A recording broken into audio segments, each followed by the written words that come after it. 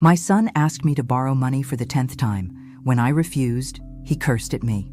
A week later, I won the lottery and didn't tell anyone. I never thought my own son would threaten my life. The child I sacrificed everything for became a stranger, consumed by addiction.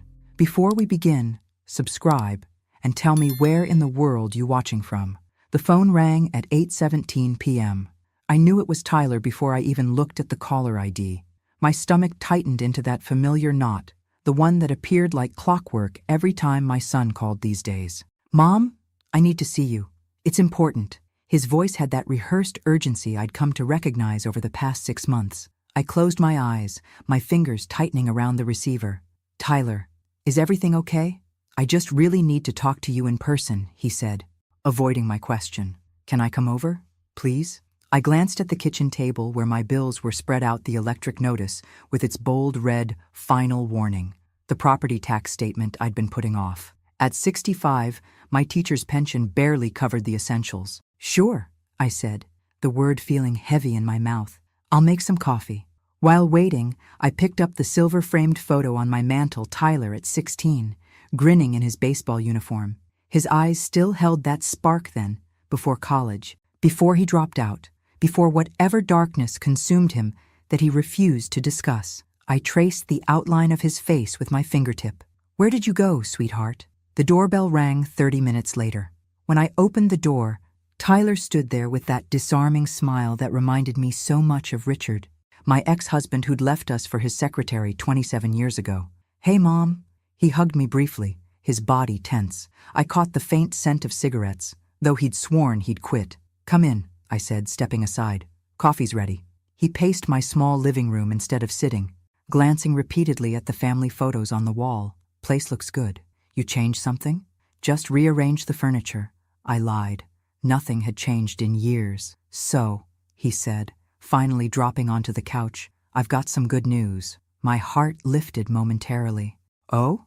"Yeah, this amazing job opportunity. Marketing position, great company." I nodded, allowing myself a sliver of hope. "That sounds wonderful. The thing is," he leaned forward, elbows on knees, "I need a little help to get there. My apartment's been having issues, landlords threatening eviction because of some misunderstanding with the rent. And my car broke down." The hope deflated. "Tyler, I just need $3,000 to get everything straight," he continued quickly. "My boss promised a bonus that didn't come through. It's temporary, I swear. $3,000. More than the previous requests." I took a deep breath. "I don't have it, Tyler. I'm sorry." His face hardened almost imperceptibly.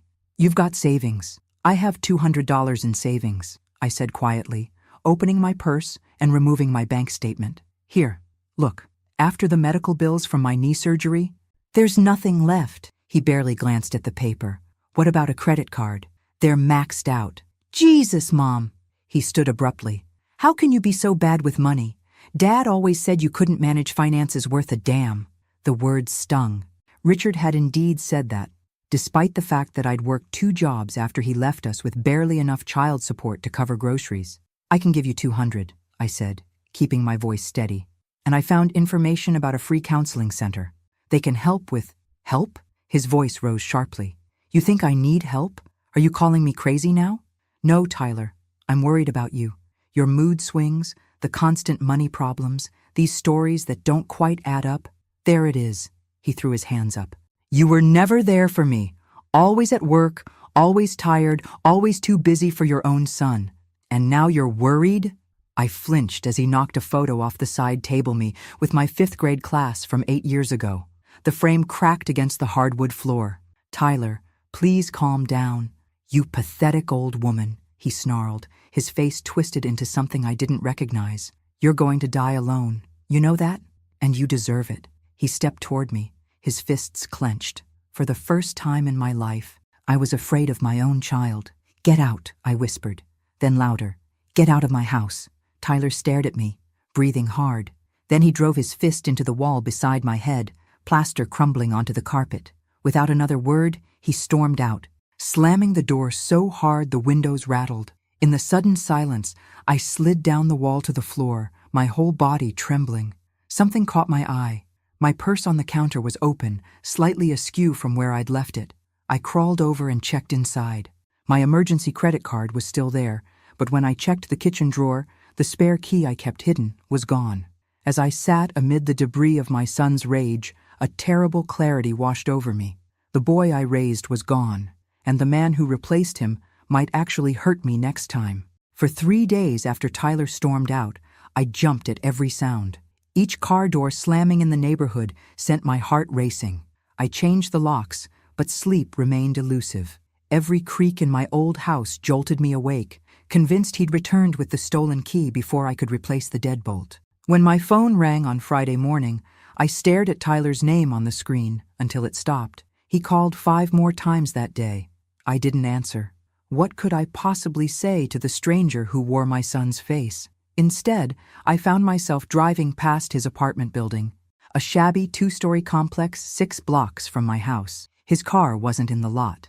I sat in my 15-year-old Toyota, hands gripping the steering wheel, debating whether to leave the $200 I'd promised in his mailbox. "Excuse me, are you looking for someone?" I startled at the voice.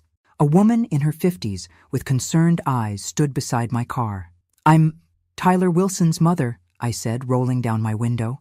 Her expression changed instantly. "Margaret? I'm Linda, the property manager. We've spoken on the phone before. Is Tyler home?" I asked, though I already knew the answer. Linda glanced around before leaning closer. "He was evicted 3 days ago. Hasn't paid rent in 4 months. She hesitated. "I probably shouldn't tell you this, but there were people coming at all hours. Arguments about payments. The neighbors complained." My stomach dropped. "Did he leave a forwarding address?" She shook her head. "The unit was trashed, Margaret. Holes in the walls, cigarette burns on the carpet." She touched my shoulder gently. "I'm sorry." I thanked her and drove away, my mind churning. Where was he sleeping? Who were these people demanding payments? The questions haunted me as I pulled into the library parking lot for my volunteer shift. Inside, I mechanically shelved books, finding comfort in their orderly arrangement. If only life could be categorized so neatly. Fiction and nonfiction, problems with clear solutions. "Earth to Margaret." My friend Joyce waved her hand in front of my face. "That's the 3rd time you've put psychology books in the travel section." "Sorry." I tried to smile. "Just distracted."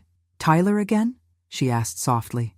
Something in her tone, gentle understanding without judgment, broke the dam I'd built around my emotions. Tears came suddenly, embarrassingly. Joyce guided me to the break room, sat me down, and placed a cup of tea in my hands. "Tell me," she said simply. So I did. The repeated requests for money, the inconsistent stories, the rage when denied, the missing key. My voice sounded strange to my own ears, like I was telling someone else's tragic story. Joyce listened without interruption. When I finished, she took my hands in hers. "My brother was an addict for 15 years, she said. "Everything you're describing, the manipulation, the anger, the desperate need for money, it's textbook." "Tyler doesn't do drugs," I protested automatically. Joyce's expression was kind, but firm. "Margaret, I recognize the patterns. The person who came to your house wasn't your son, it was the addiction wearing his face. But there's a support group that meets on Thursdays at First Presbyterian," she continued, "for families of people with substance abuse issues. Will you come with me tomorrow?" I wanted to refuse, to defend Tyler, but the memory of his fist punching the wall inches from my head silenced my objections. The next evening, I sat in a circle of strangers who didn't feel like strangers. Their stories mirrored mine with eerie similarity: parents, siblings, children, transformed into manipulative strangers by chemical dependence. A social worker named Sarah spoke directly to my deepest fears. Giving money doesn't help. It enables the addiction to continue. Setting boundaries isn't abandonment. It's often the first step toward recovery. "I've suggested therapy," I said. "He gets furious. Denial is part of addiction," Sarah explained. "Many users need to hit rock bottom before accepting help." That night, I made the hardest decision of my life. I wrote Tyler a letter explaining that I would no longer provide financial support, but would be there when he decided to seek treatment. I blocked his number on my phone, and I cried myself to sleep, mourning the boy in the baseball photo while fearing the man he'd become. Friday evening found me alone at my kitchen table, staring at the lottery ticket I'd purchased weekly for decades, my small ritual of hope. $1 worth of daydreaming. I carefully marked 6 numbers, the same combination I always played. Richard's birthday, our wedding date, Tyler's birthday, the day we bought our first house, the year I started teaching, and my mother's age when she died. As I sealed the ticket in its envelope, I wondered if hope was just another form of addiction, the stubborn belief that somehow, against all odds, everything would magically transform for the better. Saturday morning, my usual routine, coffee, toast, and the weekly disappointment of checking my lottery numbers on TV. I balanced my checkbook while waiting for the announcement, calculating how many months I could stretch my pension before touching my meager retirement account. The cheerful announcer appeared on screen. I absently noted the numbers as they appeared, not really watching until wait. I grabbed my ticket, pulse quickening. The first number matched, so did the second, and the third. My hands trembled as I checked all 6 numbers, then checked again and again. "This can't be right," I whispered to my empty kitchen. But it was. All 6 numbers, my numbers glowed on the screen. The announcer confirmed the jackpot, $47 million. My first instinct was to call Tyler. My finger hovered over the unblock button on my phone. Then I remembered his face contorted with rage, his fist in my wall, his voice calling me a pathetic old woman. If he knew about this money. The clarity hit me with stunning force. Tyler would consume every penny, destroying himself in the process. Whatever his payments were for drugs, gambling debts, loan sharks, this windfall would accelerate his self-destruction. I spent the day researching, discovering that Pennsylvania allowed lottery winners to remain anonymous by claiming prizes through trusts. Monday morning, I drove to a law firm specializing in estate planning, 2 towns away where nobody knew me. "I need absolute confidentiality," I told the attorney, a silver-haired woman named Patricia. "Is that something you can guarantee?" She nodded, professional and unfazed by my nervousness. "Attorney-client privilege is sacrosanct, Ms. Wilson. How can I help you?" I slid the ticket across her desk. Her eyes widened slightly, the only indication that she understood the magnitude of what lay between us. "I need to claim this without anyone knowing it's me," I said. "Especially my son." She didn't ask why, just nodded. "We'll establish a blind trust. The Lottery Commission will announce that the Pine Valley Trust claimed the prize, not Margaret Wilson. Only the trustees, myself, and whomever else you designate will know your identity." "And this is completely legal?" I asked. "Absolutely. Pennsylvania is one of the few states that allows winners to maintain their privacy." She began outlining the process, establishing the trust, appointing trustees, claiming the prize as a lump sum versus annuity payments. I walked out 3 hours later with a plan. The money would be safe, my identity protected. I drove home feeling strangely calm, as if I'd taken my first independent breath in decades. As I turned onto my street, the calm evaporated. A police car sat in front of my house, lights flashing. Officer Reynolds, whom I knew from neighborhood watch meetings, stood on my porch. "Ms. Wilson," he said as I hurried up the walk, "there's been a break-in." My front door hung open, splintered around the lock. Inside, my living room was ransacked, drawers emptied, cushions slashed, even the air vents removed from the walls. "Was anything taken?" Officer Reynolds asked, notebook ready. I looked around at the devastation. "I don't think so. I don't keep valuables here." Any idea who might have done this? The question hung in the air. Could I say it? Could I speak the words that would officially transform my son from troubled to criminal? Before I could answer, my phone rang an unknown number. I answered automatically. "Mom?" Tyler's voice, desperate and slurred. "I need to see you right now. It's life or death." I looked at the destroyed remnants of my home, then at Officer Reynolds waiting for my answer. "No," I said firmly, both to Tyler and to myself. "I don't know who would do something like this." As I ended the call, I realized I'd made my choice. I would protect my son from the consequences of his actions one last time, but I would not surrender my life or my newfound fortune to his chaos. When Officer Reynolds finally left, promising increased patrols in the neighborhood, I sat amid the wreckage of my living room, numb. The lottery ticket, my golden ticket, was safely locked in Patricia's office safe. No one had stolen anything because there was nothing of value to take. Nothing except my peace of mind. My phone rang again, the same unknown number. Tyler, undoubtedly. I silenced it and began the painstaking process of putting my home back together, stuffing cotton back into slashed cushions, rehanging pictures, sweeping up broken glass. With each item I restored, my resolve strengthened. I would not be a victim, not of Tyler's addiction, not of Richard's abandonment, not of my own misplaced maternal guilt. As I swept shards of my favorite teacup into a dustpan, another call came through Joyce. "The library just called," she said. "You didn't show up for your shift, and you've never missed without calling. Are you okay?" I hadn't even remembered it was my day to volunteer. "Someone broke into my house," I said, my voice steadier than I expected. "Oh my God, I'm coming over." "No, I'm fine, really. Margaret Wilson. I'll be there in 10 minutes with dinner and a bottle of wine, and I won't take no for an answer." True to her word, Joyce arrived carrying Chinese takeout and Merlot. She gasped at the lingering disarray, but asked no questions as she helped me finish cleaning. We ate at my kitchen table, the wine loosening my tongue. "I think it was Tyler," I confessed, "but I didn't tell the police." Joyce nodded, unsurprised. "What are you going to do now?" "I don't know," I said honestly. Then, making a split-second decision to trust her, "Joyce, something else happened. Something big, but you have to promise not to tell anyone." Her eyes widened as I told her about the lottery win and the trust.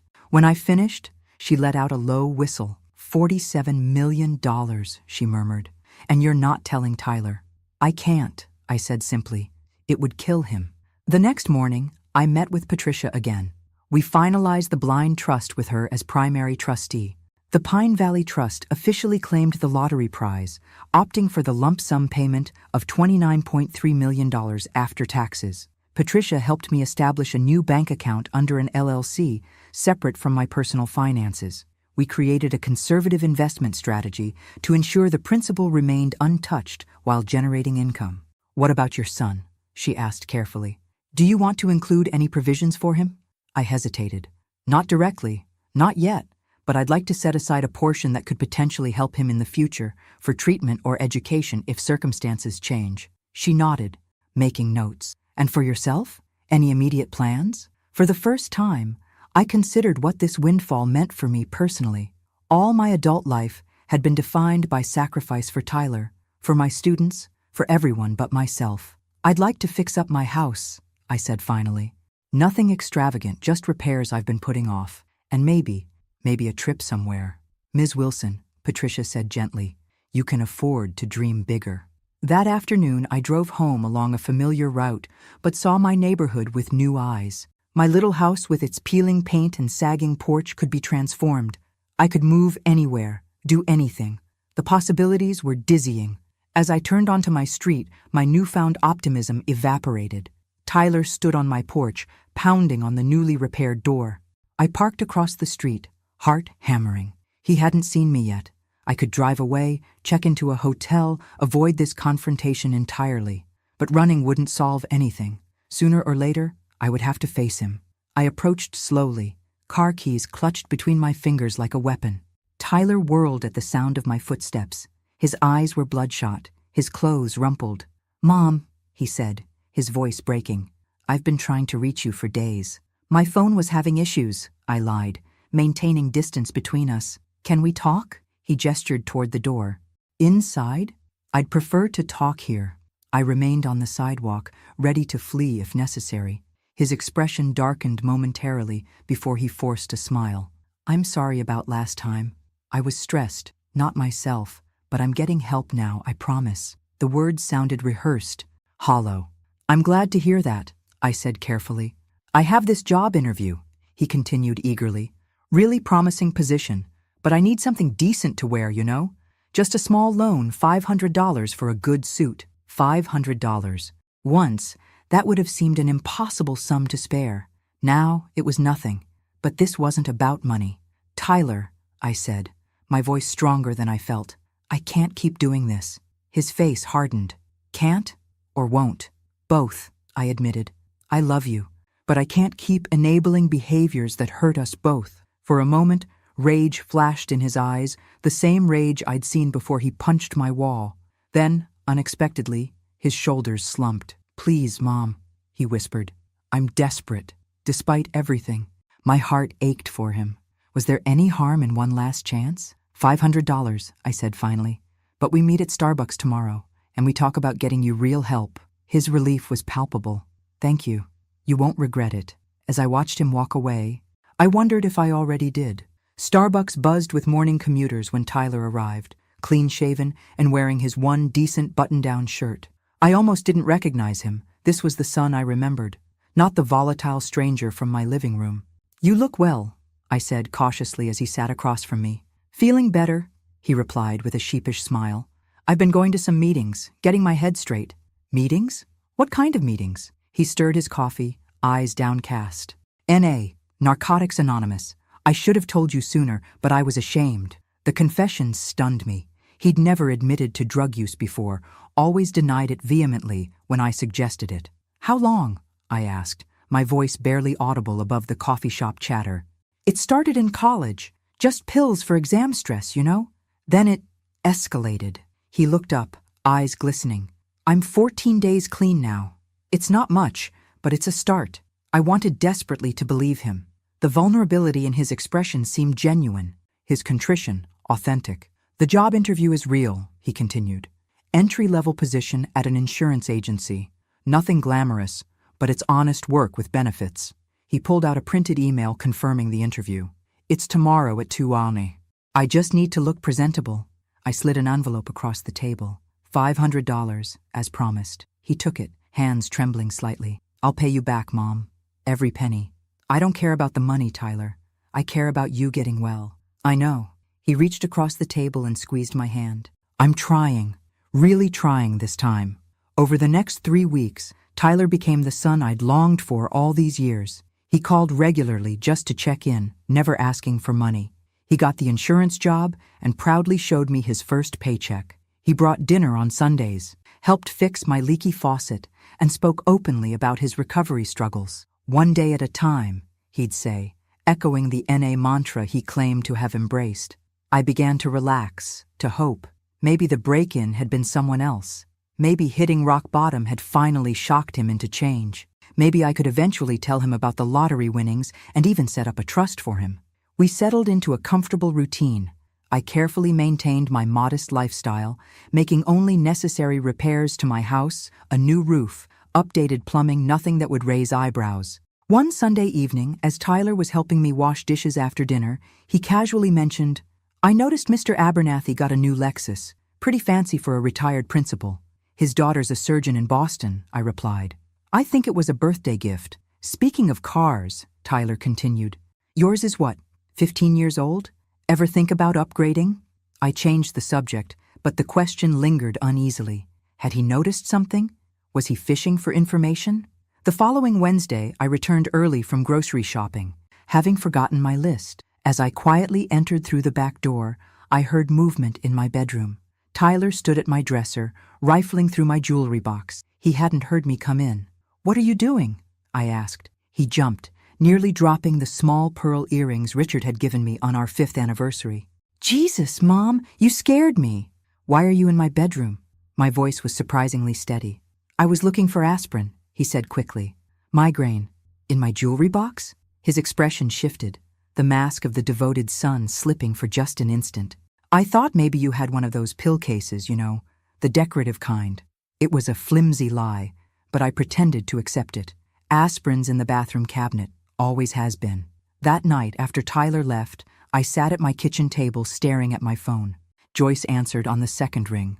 "I need advice," I said, without preamble, "and maybe a place to stay for a few days." Joyce's guest room became my sanctuary for the weekend.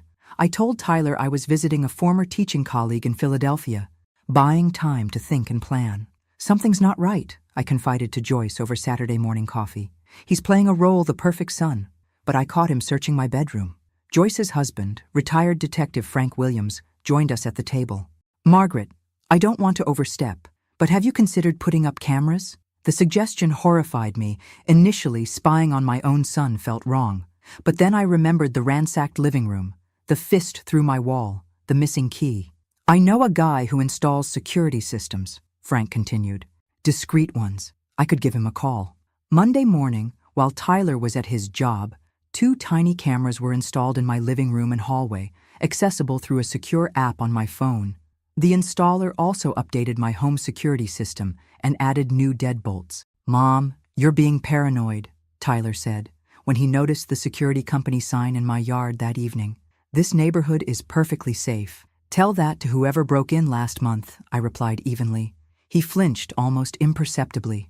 Right. Good point. The installer had placed cameras strategically, one in the living room overlooking the entryway, another in the hallway leading to my bedroom and home office, but none in private spaces like bathrooms or bedrooms. I needed evidence, not invasion. For 3 days, nothing unusual appeared on the cameras. Tyler visited for dinner on Thursday, behaving like the attentive son he'd recently become. I began to doubt my suspicions, wondering if I was seeing problems where none existed. Then Friday morning, my phone alerted me to motion at my house. On screen, Tyler unlocked my front door with the key I'd never given him. He moved purposefully through the living room to my home office, where he began methodically going through my files. I watched, heart pounding, as he photographed my bank statements, insurance documents, and the paperwork for my pension plan. He spent nearly 40 minutes searching before leaving, carefully relocking the door behind him. With shaking hands, I called Patricia. I need another layer of protection, I told her. My son is searching for financial information. She arranged for a forensic accountant and private investigator to meet us that afternoon. The investigator, Michael Reeves, was a former FBI agent with a calm demeanor that immediately put me at ease. Based on what you've told me, Ms. Wilson, your son is looking for assets, he explained. The question is why? He needs money, I said simply. For drugs? Michael asked. I thought so, but now I'm not sure. He claims to be in recovery, working at an insurance agency. Michael interrupted gently. Have you verified his employment? I stared at him. No. He showed me a paycheck, but would you mind if I looked into that? Michael asked, along with his recent activities and associations. I hesitated only briefly before nodding. Whatever Tyler was involved in, I needed to know. While Michael began his investigation, the forensic accountant helped me create an impenetrable barrier around my lottery winnings. We moved investments into more secure structures, creating additional shells and trusts that would be virtually impossible to connect to Margaret Wilson. 3 days later, Michael requested an urgent meeting. His expression was grave as he spread photographs across Patricia's conference table.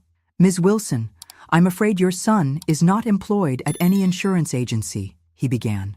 He's been spending his days at gambling establishments and meeting with these individuals. He pointed to photos of Tyler with 2 hard-looking men outside a bar.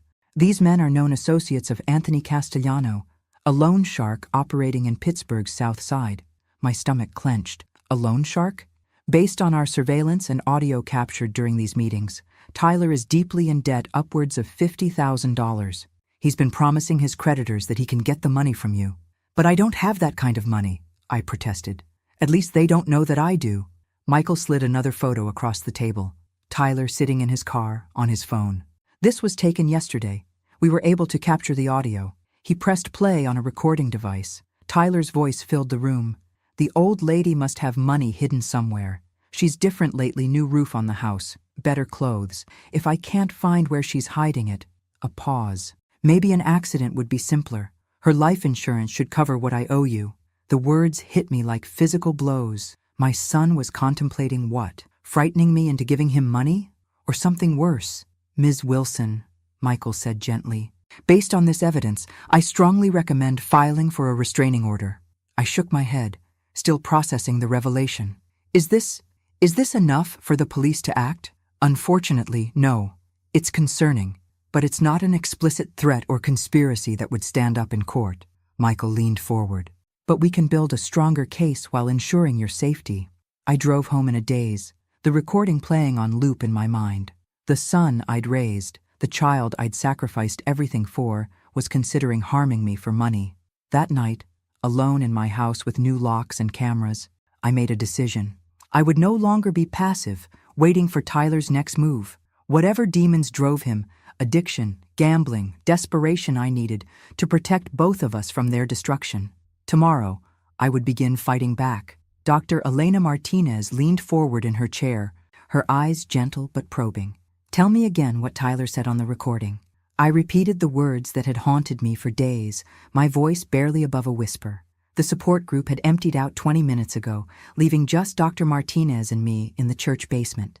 And how does that make you feel? She asked. I laughed bitterly. How does it make me feel that my son is considering harming me for insurance money? Devastated. terrified, and somehow still worried about him. Dr. Martinez nodded.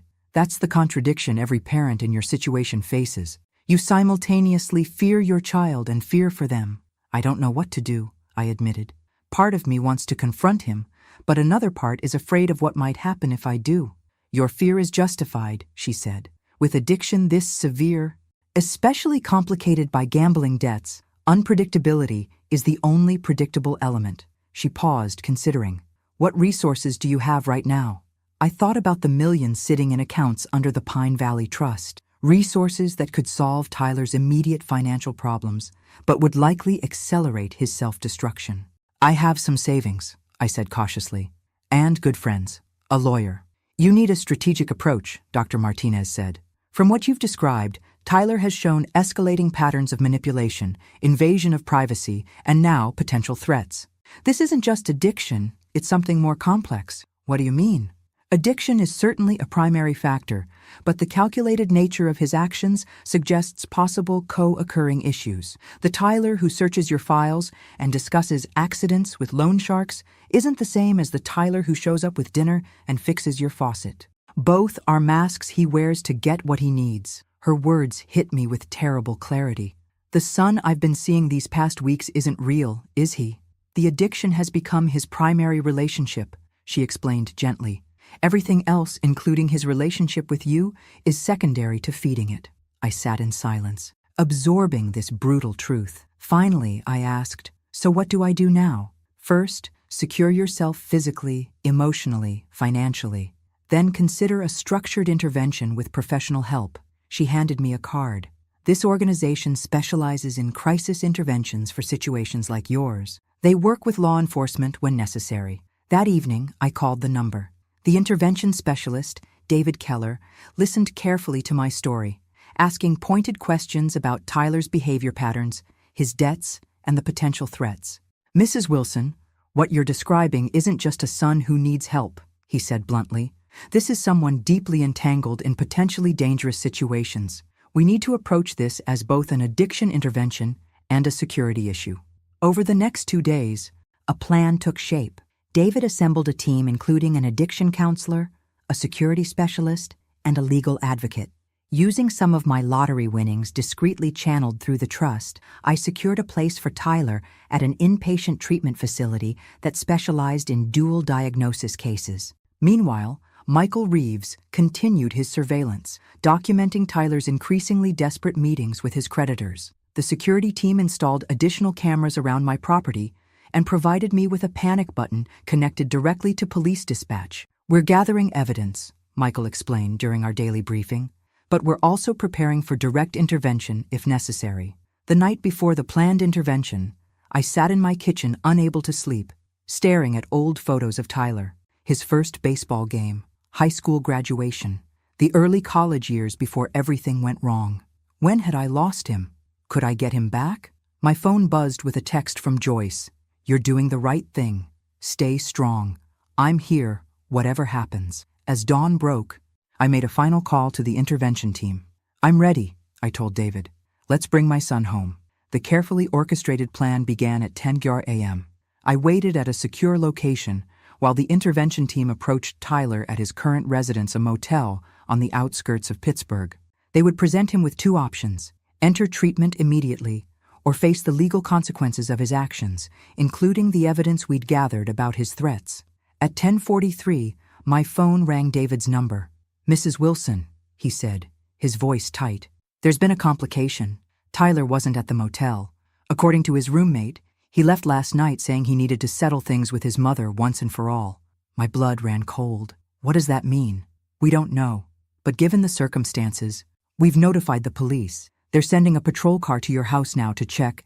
I didn't hear the rest. My security app had just sent an alert motion detected at my front door. On my phone screen, I watched as Tyler pounded on my door, then moved to try the windows. He was alone, agitated, constantly looking over his shoulder. After finding no way in, he returned to his car and pulled something from the trunk, a crowbar. With shaking fingers, I pressed the panic button. Blue and red lights flashed through the residential street as 2 police cruisers converged on my house. On my phone screen, I watched Tyler freeze mid-motion, crowbar in hand, as officers approached with weapons drawn. "Drop the tool and put your hands where we can see them," an officer commanded. For one terrifying moment, Tyler looked ready to run or worse, to fight. Then his shoulders slumped. The crowbar clattered to the ground. I watched, heart pounding, as they handcuffed my son and placed him in the back of a patrol car. Another officer retrieved something from Tyler's vehicle, a duffel bag that he handled with obvious caution. My phone rang. "Mrs. Wilson, this is Officer Ramirez. We've apprehended a suspect attempting to break into your residence. Can you come to the station to make a statement?" 40 minutes later, I sat in a sterile interview room across from Detective Sarah Lombard, a middle-aged woman with compassionate eyes and a no-nonsense demeanor. "Mrs. Wilson, I understand this is difficult," she began, "but I need to ask, do you wish to press charges against your son?" "What exactly was he arrested for?" I asked, my voice surprisingly steady. "Attempted breaking and entering, possession of burglary tools, and," she hesitated, "possession of an unregistered firearm and a controlled substance. The bag in his vehicle contained a handgun, approximately 4 ounces of cocaine, and various prescription medications." My breath caught. "A gun? Was it loaded?" "Yes." Detective Lombard's expression softened slightly. "There's more.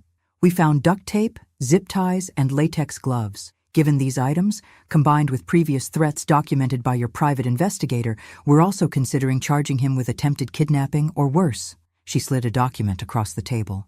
"These are the potential charges and sentencing guidelines. First-degree burglary alone carries 5 to 20 years. The weapons charge adds another 5 to 10. The narcotics possession with apparent intent to distribute is 3 to 7 years. If we pursue the attempted kidnapping charge, that's an additional 10-25 years. He's looking at decades in prison, Mrs. Wilson." The clinical description of what my son apparently planned sent ice through my veins. This wasn't just a desperate plea for money or a drug-fueled mistake. This was premeditated. "I want to see him," I said. Detective Lombard nodded. "He's been processed and placed in a holding cell. I should warn you, he's coming down from something cocaine, most likely. He may not be himself." "He hasn't been himself for a long time," I replied. They led me to an observation room with a one-way mirror overlooking a small interview room. Tyler sat at a metal table, handcuffed, his leg bouncing frantically. His eyes darted around the room, and he periodically wiped sweat from his forehead despite the room's chill. "Can I speak with him alone?" I asked. "I can't allow that," Detective Lombard said, "but we can bring him in here with officers present." Minutes later, Tyler was escorted in. He looked smaller somehow, diminished by the orange jumpsuit and the harsh fluorescent lighting. When he saw me, his expression cycled rapidly through surprise, anger, and something like shame before settling into careful neutrality. "Mom," he said, his voice raspy, "you need to bail me out. This is all a misunderstanding." I studied his face, the face I'd known from its first moments in this world. The face that once lit up when I entered a room, that scrunched in concentration over homework, that beamed with pride at graduations and baseball games. "Was it a misunderstanding when you broke into my house last month?" I asked quietly. "Or when you searched my financial documents? Or when you discussed causing me an accident with your loan shark friends?" His eyes widened. "You've been spying on me?" "I've been protecting myself." My voice remained calm, though inside I was shaking. "Just like I'm trying to protect you now. By getting me arrested?" He slammed his handcuffed wrists on the table. "Some protection. Tyler, you came to my house with a gun, drugs, and restraints," I said. "What was your plan? To scare me into giving you money? To hurt me for insurance? To make me disappear?" His face crumpled. "I wouldn't have hurt you. I just needed leverage. They're going to kill me if I don't pay." "Who? The loan sharks?" He nodded miserably. "I owe them $57,000. The interest keeps growing. They gave me 3 days to pay or—" He drew his finger across his throat. "So you decided threatening your mother was the solution." I couldn't keep the hurt from my voice. "I was desperate," he shouted, then lowered his voice when an officer stepped forward. "I thought maybe you had savings, retirement accounts, something I could use as collateral. And the gun? The drugs?" "The gun was for protection. The drugs—" He looked away. I needed something to give me courage. We sat in silence, the gulf between us wider than ever. My son, my beautiful boy, had become someone I couldn't recognize, someone willing to terrify his own mother, to feed his addictions and pay his debts. I'm not posting bail, I said finally, but I am going to help you. His head snapped up. How? I've arranged a place for you at Valley Ridge Treatment Center. If the judge agrees to court-ordered rehabilitation instead of jail time, you can go there directly. Rehab? He scoffed. I don't need— You came to my house with cocaine and a loaded gun, I interrupted. You're facing years in prison. Rehabilitation is your best option, and I've pulled every string I can to make it available to you. And if I refuse? I stood up, steadier than I'd felt in months. Then you'll face the consequences of your actions without my help. I love you, Tyler, but I won't enable your self-destruction any longer. As I turned to leave, he called out, Mom, wait. I paused, hand on the doorknob. How did you afford Valley Ridge? He asked suspiciously. That place costs a fortune. I looked back at my son, desperate, calculating even now. I have resources you don't know about, I said simply. And they're going to help you get well, not feed whatever is destroying you. I walked out, leaving Tyler staring after me, confusion replacing the manipulation on his face for the first time in years. 6 weeks passed with Tyler in Valley Ridge's secure rehabilitation facility. The court had agreed to treatment in lieu of immediate prosecution, with charges held in abeyance pending successful completion of the program. His cooperation with authorities regarding the loan shark operation had helped secure this arrangement. The prosecutor initially balked at the idea, given the severity of the charges, but Michael Reeves and Patricia had coordinated an effective strategy.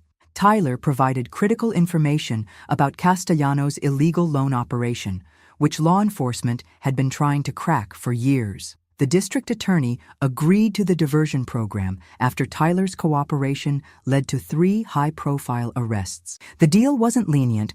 Tyler would still face reduced charges upon completion of treatment, likely resulting in probation rather than incarceration, and he would remain under court supervision for years. One failed drug test would send him directly to prison to face the original charges. I received weekly progress reports from his counselors. The first month was brutal detoxing from multiple substances, confronting the magnitude of his gambling addiction, and dealing with the legal consequences of his actions. He refused to see me for the first 3 weeks, citing shame, according to his therapist. On week 7, I received a call from Dr. Harriet White, Tyler's primary therapist. Mrs. Wilson, Tyler has requested a family session, she said. He's ready to take accountability for his actions toward you. Would you be willing to participate? The following Saturday, I drove through Valley Ridge's sprawling grounds, past gardens maintained by residents and meditation paths winding through mature oak trees. For $3,000 per day, paid discreetly through the Pine Valley Trust, it offered the best addiction treatment on the East Coast. Dr. White met me in the reception area. Before you see Tyler, I want to prepare you, she said, leading me to her office. He's in a vulnerable state. The protective shell of denial has broken, and he's facing the full impact of his actions for perhaps the first time in years. Is this real? I asked hesitantly. Or is it manipulation? She considered the question carefully. In addiction treatment, we're always alert for manipulation, but Tyler has shown consistent behavioral markers of genuine therapeutic engagement. That said, recovery isn't linear. There will be setbacks. What should I expect today? Tyler wants to make amends part of his 12-step work. He'll acknowledge specific harms he's caused you. Your role is simply to listen, not to absolve or accuse. She paused. Can you do that? I nodded, though uncertainty gnawed at me. After years of Tyler's lies, could I trust anything he said? The family meeting room was bright and comfortable, with overstuffed chairs and landscape paintings. Tyler sat waiting, dressed in jeans and a plain blue sweater, casual clothes. Not the institutional scrubs I'd expected. He looked simultaneously younger and older than his 30 years, clearer eyes, but deeper worry lines. Mom, he said, standing awkwardly as I entered. Thank you for coming. We sat facing each other while Dr. White took a chair slightly removed from us. Tyler cleared his throat. I've prepared some things to say. He withdrew a folded paper from his pocket. Part of my recovery is making amends, which starts with acknowledging what I've done. He unfolded the paper with trembling hands. I manipulated you financially, taking advantage of your love to fund my addictions. I lied constantly. I invaded your privacy by searching your home. I stole your spare key. I broke into your house. I endangered your safety by bringing criminal elements into your life. His voice cracked. "And I planned to threaten you for money that night I was arrested." Each admission felt like a physical blow. Hearing the litany of betrayals stated so plainly made them more real somehow. "The worst part," Tyler continued, "is that I convinced myself these weren't real harms because you owed me as my mother. I told myself terrible lies about you, that you'd failed me, that you deserved it." He looked up, his eyes wet. "The truth is, you were the only person who never gave up on me, and I repaid that with cruelty." I sat perfectly still, afraid that any movement might shatter this moment of brutal honesty. "I don't expect forgiveness," he said. "I'm not asking for that. I just want you to know that I see clearly now what I've done, and I'm committed to change." When he finished, silence filled the room. Dr. White nodded encouragingly toward me. "Thank you for your honesty," I said finally. "I want to believe you're changing, but you're not sure you can," Tyler finished for me. "I understand. Trust has to be earned." Something in his acceptance, the lack of defensiveness or manipulation, felt different from all our previous interactions. "Tell me about your treatment," I said, changing direction.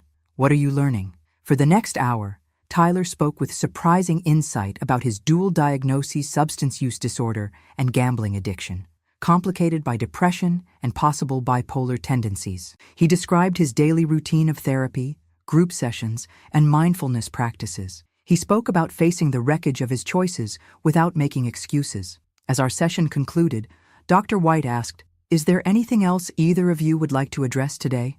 Tyler hesitated. "There is one thing." He turned to me. "Mom, I know you're hiding something important. Something changed before I was arrested. You had money for this place, for the private investigator." My pulse quickened. How much had he pieced together? "Did you sell the house?" he asked. "Cash out retirement accounts? Whatever it is, I'm worried you've compromised your future to help me." The irony nearly made me laugh. After years of seeking my money, now he was concerned about my financial security. "I have resources that are being managed responsibly," I said carefully. "That's all you need to know right now." "But, Tyler," I interrupted gently, "part of recovery is accepting boundaries. My financial situation is a boundary I'm establishing." He looked ready to argue, but caught himself. "You're right," he said after a moment. "I don't have the right to question that, especially given my history." As I drove home, I replayed the session in my mind. The change in Tyler seemed genuine, but experience had taught me caution. Real recovery would require more than words. It would demand consistent action over time. Still, for the first time in years, I allowed myself to feel something dangerous: hope. The conference room of Mercer and Hodge law firm buzzed with activity as Patricia guided us through the final paperwork establishing the New Dawn Foundation. After 9 months of planning, my vision was becoming reality. "Once you sign these documents," Patricia explained, "the foundation will be officially incorporated as a 501c3 nonprofit organization with an initial endowment of $15 million from the Pine Valley Trust." I signed where indicated, feeling a sense of purpose I hadn't experienced since my teaching days. The New Dawn Foundation would provide treatment scholarships for addiction patients who couldn't afford quality care, fund research into more effective recovery protocols, and support families affected by substance abuse. "Congratulations, Margaret," said Dr. Martinez, who had joined our board as clinical advisor. "This foundation will change countless lives." To protect my privacy, I would serve officially only as a board member and program director, not as the primary donor. The organizational structure created by Patricia's team effectively obscured the connection between the lottery winnings and the foundation. As our meeting concluded, Dr. Martinez stayed behind. "Have you thought about what you'll tell Tyler?" she asked. "He's completing his program in 3 weeks." Tyler had now been at Valley Ridge for nearly 11 months. His recovery, while not without setbacks, had been remarkable. He had maintained sobriety, engaged fully in therapy, and even begun mentoring newer patients. His therapists reported genuine transformation in his thinking patterns and behavior. "I'm still not sure," I admitted. "Part of me wants to tell him everything.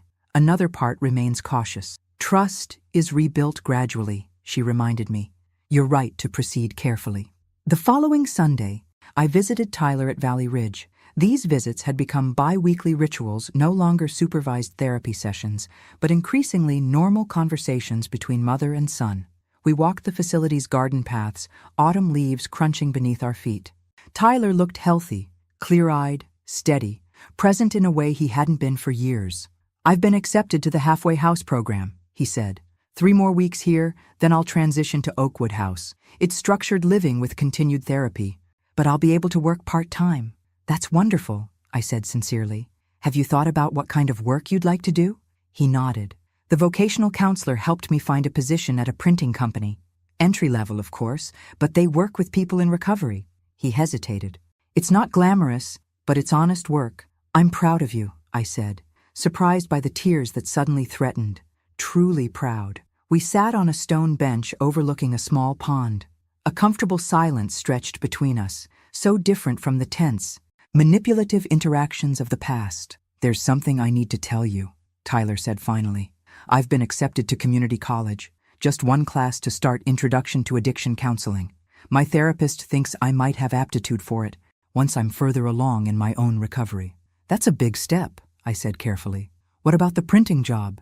"I'd do both. Class 2 evenings a week, work during days." He looked at me directly.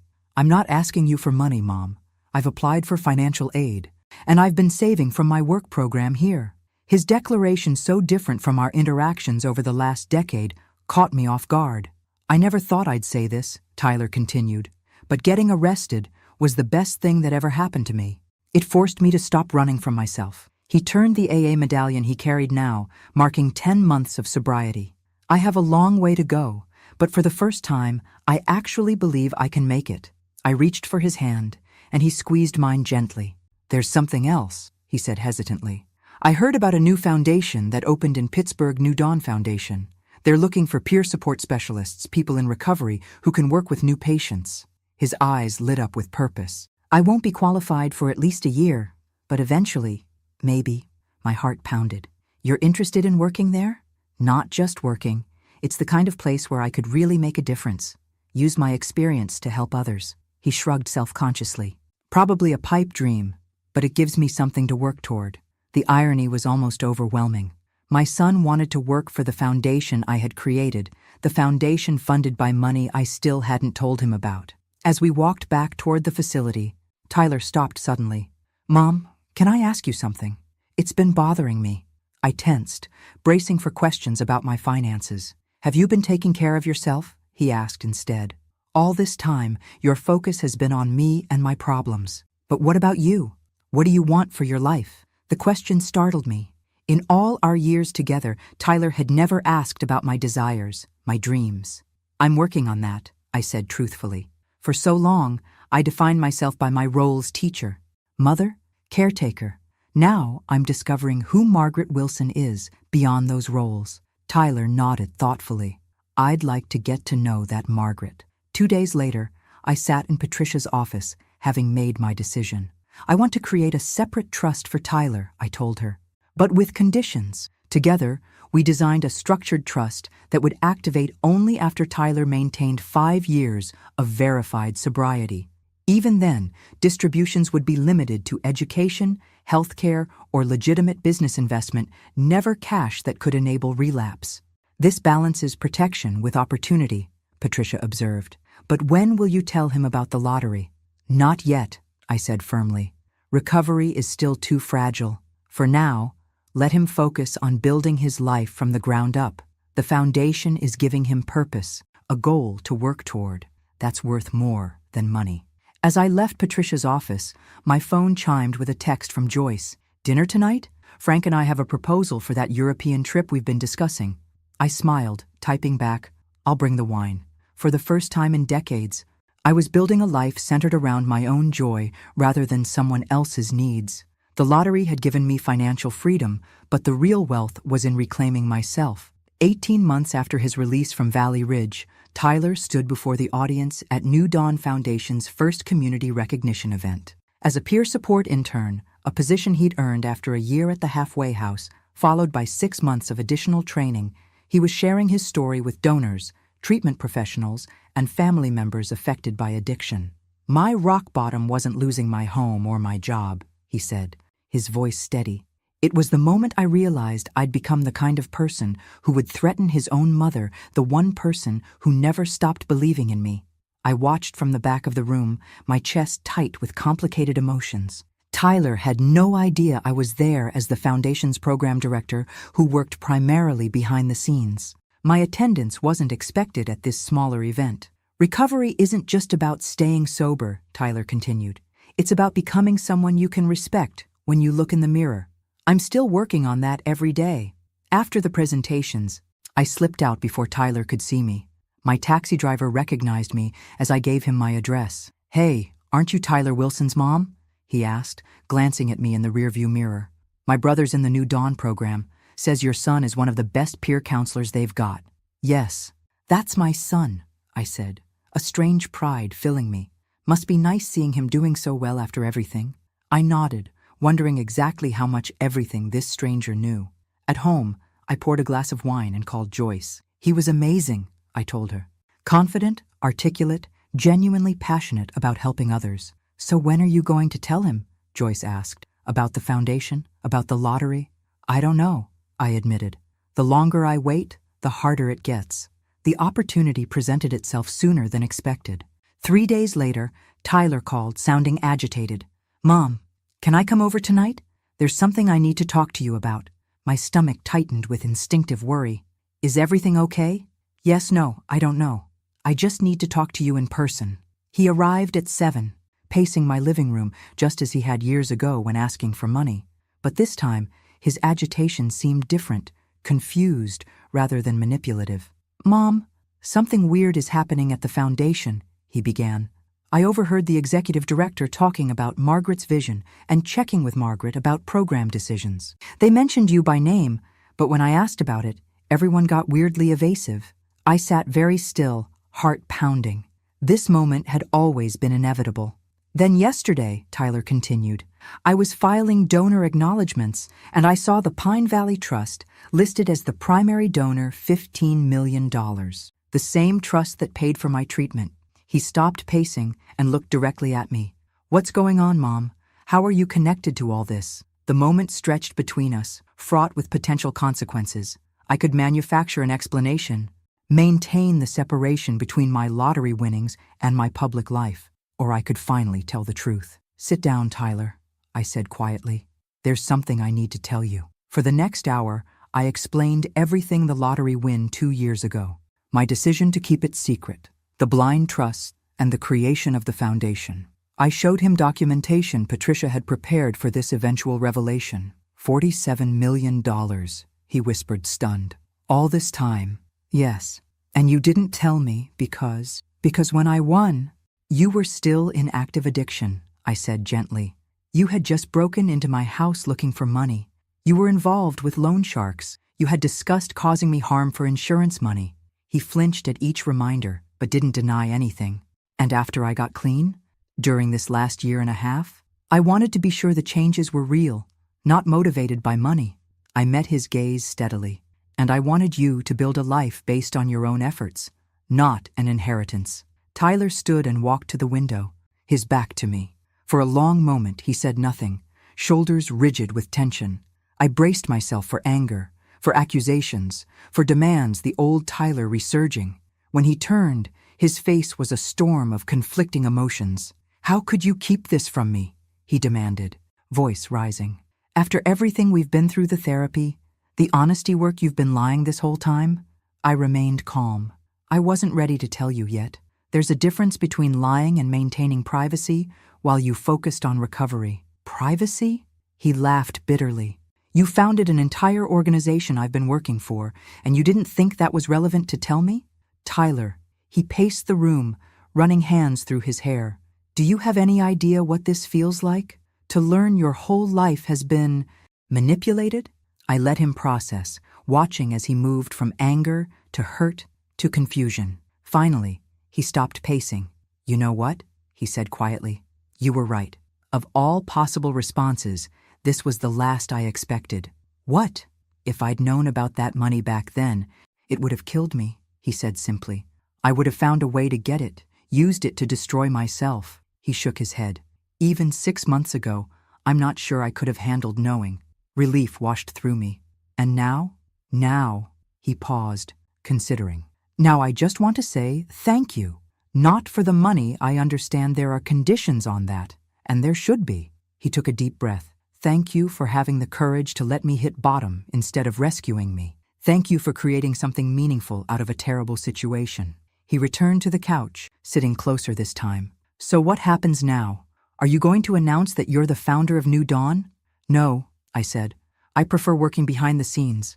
The foundation is bigger than me. Tyler nodded thoughtfully. There's just one thing I need to know. My position at New Dawn, did you arrange that? Was it charity? Absolutely not, I said firmly. The hiring committee doesn't know you're my son. You earned that position entirely on your own merits. The tension visibly left his body. Good, that matters to me. As Tyler prepared to leave, he hesitated at the door. The trust you mentioned, the one for me that activates after 5 years of sobriety, I don't want to access it then either. What do you mean? I mean, I want to amend the conditions. If I maintain sobriety for 5 years, I'd like the trust to fund additional treatment scholarships at New Dawn instead. He smiled slightly. Maybe when I'm 10 years sober, we can revisit my personal access. By then, I hope I'll have proven I can build my own life. As I watched him walk to his modest used car, purchased with his own savings from the printing job, I felt a weight lift that I hadn't even realized I was carrying. My son was truly becoming his own man, one whose worth wasn't measured by money, but by integrity. The fear that had haunted me for so long that the lottery winnings would destroy what remained of my relationship with Tyler had proven unfounded. Instead, we had both found something far more valuable than millions of dollars. Authentic connection built on truth rather than need. And that concludes my formal remarks, I said, stepping away from the podium to unexpected applause. Thank you all for coming today. 5 years had passed since I'd revealed the truth to Tyler. Today marked the grand opening of New Dawn Foundation's second rehabilitation facility, a state-of-the-art treatment center specifically designed for dual diagnosis patients like Tyler had been. As program director, I'd spent the last 3 years developing the center's evidence-based approach, working alongside addiction specialists, former patients, and family members to create something truly revolutionary. Today, standing before the gathered crowd, I felt a sense of completion I'd never experienced before. Tyler approached as the crowd dispersed toward the reception. At 35, he'd matured into a man I barely recognized from the troubled youth he'd once been. Now the Foundation's peer support coordinator with a master's degree in addiction counseling, he carried himself with quiet confidence. Great speech. Mom, he said, hugging me. Though you forgot to mention that the family reintegration program was your idea. Our idea, I corrected. The best things at New Dawn have always been collaborative. We walked together through the garden designed by residents of our first facility, past the meditation labyrinth, and toward the small lake at the property's edge. 5 years sober now, Tyler had kept his word about the trust, redirecting the funds to create additional treatment scholarships instead of accessing them personally. Have you decided? He asked as we reached the lakeside bench. About retirement? I smiled. Yes, I'm stepping down as program director next month. Victoria is more than ready to take over. And then? Joyce and I are finally taking that European trip we've been planning for years. 3 months exploring everything from the Louvre to the Greek Isles. I turned to face him fully. But that's not the big news. Tyler raised an eyebrow expectantly. I'm going public, Tyler, about everything: the lottery, the foundation, our story. He looked surprised. After all these years of privacy, what changed? Perspective, I said simply. I've realized our story might help others struggling with addiction in their families. Not the money part, that was just a catalyst, but the journey from enabling to healthy boundaries, from fear to trust. How will you do it? I'm writing a book. When Patience Runs Out, our story from my perspective. I've already spoken with a publisher. I watched his face carefully. But I won't proceed without your blessing. Tyler was quiet for a long moment, looking out across the water. Will you include everything? The threats? The break-ins? The arrest? Yes, I said honestly. But also the recovery, the transformation, the reconciliation, the full journey. He nodded slowly. Then I think you should do it. Maybe, he hesitated, maybe I could contribute a chapter from my perspective, if that would help. I'd like that, I said, throat tight with unexpected emotion. As we walked back toward the reception, Tyler asked, Have you ever regretted it? Not telling me about the lottery right away? Never, I answered without hesitation.